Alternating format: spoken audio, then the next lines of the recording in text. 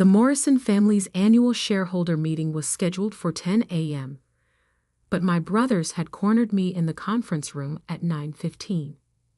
Classic Marcus and John, always thinking they could intimidate me when no one else was around. Just sign the papers, Kate. Marcus pushed the documents across the mahogany table. Make this easy on yourself. I studied my older brothers. Marcus in his $5,000 suit, John nervously adjusting his Rolex. They looked powerful, successful. The perfect heirs to Morrison Technologies. But I saw what others missed, the desperation in their eyes. Why now? I asked quietly, though I already knew. After 5 years of ignoring my shares in the company, why the sudden interest? John glanced at his phone again, the 4th time in 10 minutes. The board meeting's in 45 minutes. Sign the transfer documents, take the buyout, and walk away with $2 million. Generous offer. Generous? For 25% of a company worth billions. I suppressed a smile, thinking about what they didn't know. What they'd never bothered to learn about their little sister. And if I refuse? I kept my voice neutral, years of practice hiding my thoughts. Marcus leaned forward, his facade of brotherly concern slipping. Then we'll make sure everyone knows about your problems. The board won't want a mentally unstable shareholder, will they? Ah, there it was. The threat they'd been building to. 5 years ago, they'd used my breakdown after Dad's death to push me out of operations. For my own good, they claimed. The perfect excuse to sideline the sister they'd always underestimated. My problems, I repeated softly. You mean the 6 months I took off to grieve our father? While you two were fighting over his office before his body was cold. That's not, John started, but his phone buzzed again. This time, his face paled slightly as he read the message. I knew what it said. I'd orchestrated every message he'd received this morning. Something wrong? I asked innocently. You seem nervous, John. Sign the papers, Marcus snapped, patience wearing thin, or we'll destroy you. Every mental health record, every therapist visit, every medication. By the time we're done, you won't be able to manage a coffee shop, let alone hold shares in a tech company. I checked my watch. 9:20 a.m. Right on schedule. Interesting threat, I noted. Especially considering what's happening right now at Quantum Solutions. Both brothers stiffened. Quantum Solutions was our biggest client. $1.2 billion in annual contracts. The cornerstone of Morrison Technologies' success. What are you talking about? Marcus demanded. My phone rang. I'd programmed this call weeks ago, timing it perfectly. Excuse me, I said politely. I should take this. I hit the speaker button. Hello, Ms. Morrison. A familiar voice filled the room. This is Richard Chen, CEO of Quantum Solutions. I'm calling to confirm our new exclusive partnership agreement. Marcus lunged forward. What partnership? Ah, are your brothers there? Richard sounded amused. Perfect timing. I was just telling our board how we'll be transitioning all our contracts to Kate's new division. After all, she's been handling our real development work for the past 2 years. The color drained from my brothers' faces. What? What is he talking about? John whispered. I pulled out my laptop, opening files they'd never bothered to check.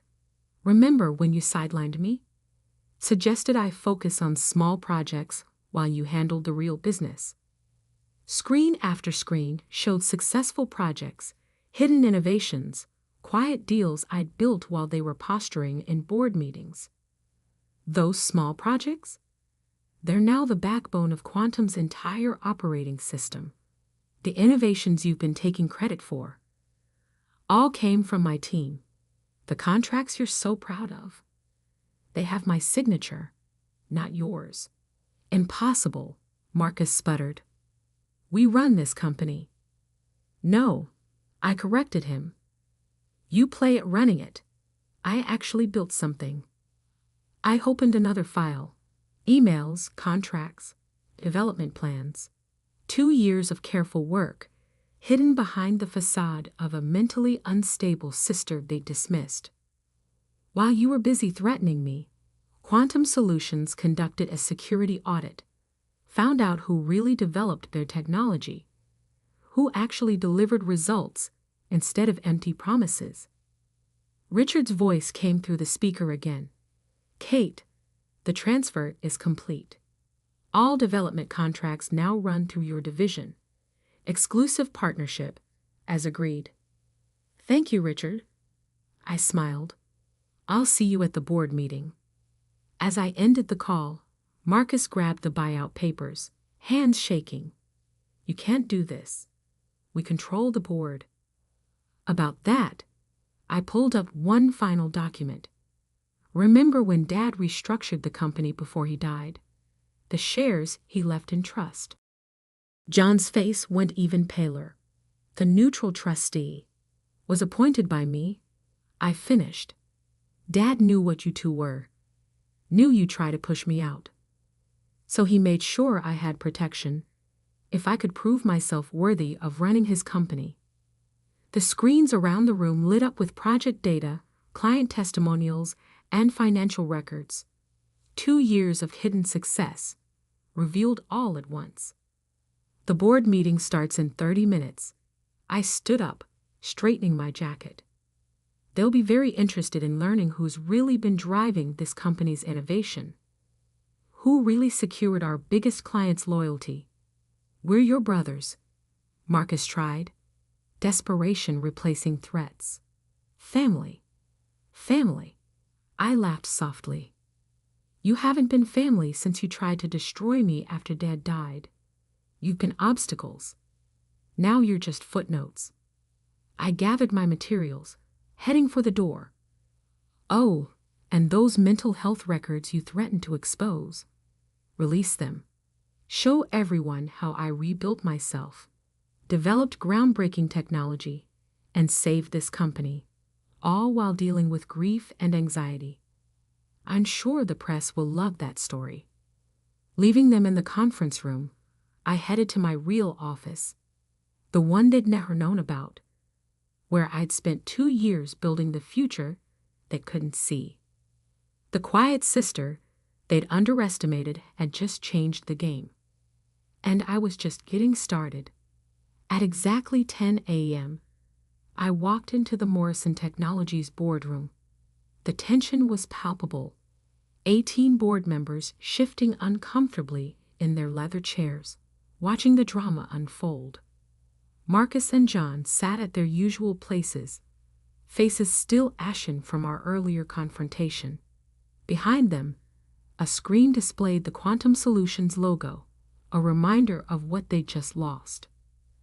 Before we begin, I announced, taking my seat, there are some changes to discuss.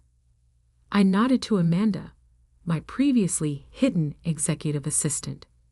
She distributed folders to each board member, detailed reports of the past 2 years' actual operations. What you're looking at, I continued, is the true source of Morrison Technologies' recent successes. Not the public projects my brothers have been taking credit for, but the real innovations that have kept this company competitive. The board members began flipping through pages, their expressions shifting from confusion to shock. Project Phoenix. I clicked through slides on the main screen. The AI integration system that saved Quantum Solutions $300 million last year, developed by my team, not the official R&D department. Marcus started to stand. This is ridiculous. The Neural Network Security Protocol, I continued, ignoring him. The one that just won the Defense Department contract. Also my team. In fact, I pulled up a spreadsheet, 73% of our major technological breakthroughs in the past 2 years came from the division my brothers thought was handling small projects. Harold Chen, our lead independent director, leaned forward. Why are we just learning about this now? I smiled slightly. Because after Dad died, my brothers convinced everyone I was unstable, unfit for leadership. It was easier to let them believe that while I built something real. She's lying, John protested weakly. We've been running this company into the ground. I cut him off, switching to financial projections.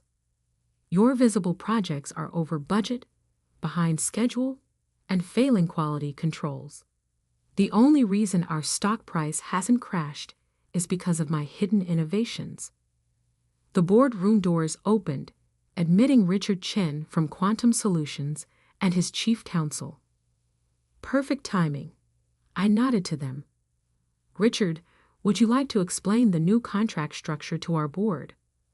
For the next 30 minutes, Richard detailed how he discovered my secret division, verified our actual contributions, and made the decision to transfer all development contracts to my direct control.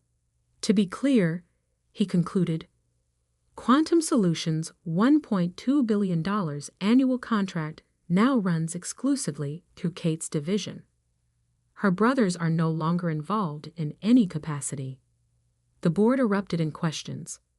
Marcus and John sat frozen, watching their power evaporate. There's more, I announced, pulling up the trust documents. Dad left 30% of company shares in a neutral trust controlled by this board.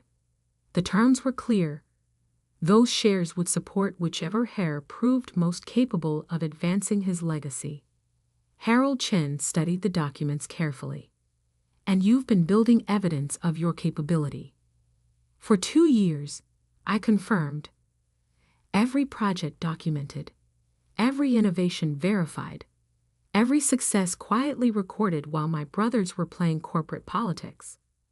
I distributed another set of files, my complete business plan for Morrison Technologies' future. Quantum Solutions is just the beginning. I've been in talks with 5 other major clients who want access to our real innovation team. Not the flashy presentations my brothers give, but the actual technological breakthroughs we deliver. The board spent an hour reviewing my plans, asking detailed questions that I answered with the expertise of someone who'd actually built something, not just managed it. Finally, Harold called for a vote. The evidence is clear, he announced. The trust shares will support Kate Morrison's leadership, combined with her existing 25% stake. This gives her controlling interest in Morrison Technologies. Marcus lunged to his feet. You can't do this. We're the ones who... Who what? I interrupted quietly. Who tried to destroy your sister instead of recognizing her capabilities? Who valued appearance over innovation? Who just lost our biggest client because you couldn't see past your own arrogance? I stood up, addressing the board. My brothers will be offered positions in the restructured company if they can prove their value through actual work, not family connections. And if we refuse? John asked. I smiled. Then explain to our shareholders why you deserve multi-million-dollar salaries while contributing nothing but threats and failed projects. As the board filed out, already adapting to the new power structure, I stopped by my brother's chairs. You wanted me to sign away my shares. I reminded them. Instead, I just took control of yours. Funny how things work out. In my office later that day, I reviewed the messages flooding in. Employees finally revealing other innovations they'd hidden from my brothers. Clients requesting meetings about exclusive partnerships. Journalists seeking interviews about the company's shocking leadership change. But one message meant more than the others, from Dad's old assistant. He knew, before he died, He told me to watch out for his quiet daughter. Said she had his real genius, not just his name. I smiled, remembering Dad's last words to me. Let them underestimate you, Katie. True power doesn't need to shout. It builds, creates, transforms. Show them what real leadership looks like. The next morning, I arrived early to find my brothers waiting in my office. What do you want? I asked, setting down my laptop. Marcus looked different. Humbled. Maybe. The position you offered. We'd like to discuss it. I studied them carefully. No more corner offices. No executive titles. You'll start where I did, proving your worth through actual work. We can learn, John said quietly, if you'll teach us. Funny, I replied. 2 days ago you were threatening to destroy me. Now you want me to teach you. We were wrong, Marcus admitted, about everything. I thought about Dad, about his belief in redemption through hard work. Monday morning, 8 a.m. sharp. Regular offices on the development floor. Show me you can build something real. And maybe you'll earn back some of what you lost. As they left, I turned to the windows, watching the city wake up. My phone buzzed with project updates, client meetings, and board confirmations. The quiet sister had become the powerful CEO. The hidden genius had emerged, and the real innovation was just beginning. 6 months after taking control of Morrison Technologies, I stood in my father's old office, now mine, preparing for another board meeting. But this one was different. Today would reveal whether my brothers could truly change, and whether the company's transformation was complete. The morning sun reflected off the glass skyscrapers surrounding our headquarters, casting patterns across the project reports on my desk. Each page told a story of revolution. Stock price up 45%. Market share increased by 30%. Innovation patents tripled. Employee satisfaction at record levels. A knock at my door preceded Amanda's entrance. They're ready for you. Both presentations. The main auditorium was packed. Shareholders, employees, media, and industry analysts. All here to witness what I'd built from the ashes of my brother's reign. I took the podium, remembering the day they threatened to destroy me. 6 months ago, I began. Morrison Technologies stood at a crossroads. Not between success and failure, but between appearance and substance. Between what we claimed to be and what we could actually achieve. The screens behind me lit up with our latest innovations. Real ones, not the empty promises of the past. Our partnership with Quantum Solutions has expanded into a $3 billion annual contract. Our AI security protocols have become industry standard, and our development teams, all of them, are now working in true collaboration. I paused, looking at Marcus and John, sitting in regular seats among the development team members. Some of you know that my brothers started in new positions 6 months ago. Entry-level development roles, stripped of their executive titles. Today, they'll present their first major project. Marcus and John walked to the podium, dressed in standard business attire instead of their one-signature expensive suits. Something had changed in them. The arrogance replaced by something resembling humility. Project Unity, Marcus began, pulling up their presentation. A breakthrough in quantum encryption that we developed with our team members, not over them. For the next hour, they demonstrated actual innovation. Real work they'd done alongside developers they once would have ignored. The technology was impressive, but more striking was their transformation. We learned, John admitted during the Q&A, that real leadership isn't about titles or threats. It's about building something meaningful. Our sister, he paused, emotion visible, showed us what we should have seen years ago. After their presentation, I returned to the podium. This is the new Morrison Technologies, where innovation comes from every level, where good ideas matter more than good connections, where even those who once wielded power destructively can learn to build constructively. I introduced our new initiatives, an innovation incubator open to all employees, a mentorship program pairing experienced developers with emerging talent, a corporate culture that valued substance over style. Some said we were destroying company tradition, I noted. They were right. We destroyed the tradition of hierarchy over merit, of appearance over achievement, of power over purpose. The screens showed our new organizational structure, flat, collaborative, focused on innovation rather than titles. Real power, I continued, isn't in making others feel small. It's in helping them become great.